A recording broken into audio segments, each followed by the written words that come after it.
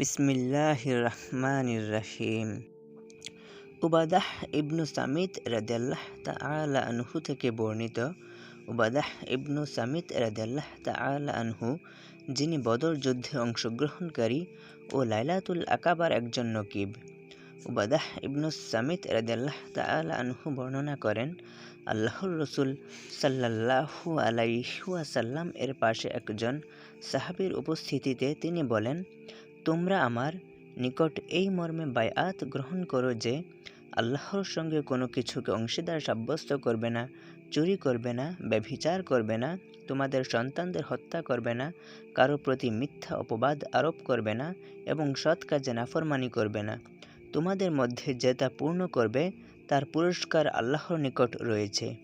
আর কেউ এর কোনো একটিতে লিপ্ত হলো এবং দুনিয়াতে তার শাস্তি পেয়ে গেলে তবে তা হবে তার জন্য কাফফারা।